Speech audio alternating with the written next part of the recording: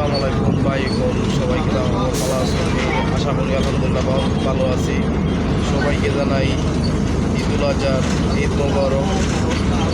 আমি একটা কথা কইতাম আপনার লগে, এখন যে রোদ দেখরা সিলেট শহরের মাধ্যমে আবার বিভিন্ন অঞ্চলে দেখা যে রোদের যে তাপমাত্রা, এই রোদের তাপমাত্রার মাধ্যমে আমি আপনাদের কাছে আশা করি যে গরুর মাংস কমায়া খাইবা। কারণ গরুর মাংস খাইবা ঠিক আছে, কিন্তু এই সময় গরুর মাংস যদি কমায়া খাই তাহলে আপনার লোক ভালো হইব।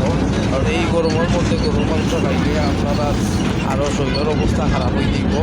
সবসময় চেষ্টা করবা এই গরমের মাধ্যমে একটু নিরামিষ খাওয়ার। গরুর মাংস খাইবা ঠিক আছে, ঘর থেকে পাড়ায় গেলে আপনার শরীরের সহ্য হইতো না এই তাপমাত্রার মধ্যে। অবশ্যই পাই এখন তো আশা করি আমি বুঝাইতাম পারছি আপনারা।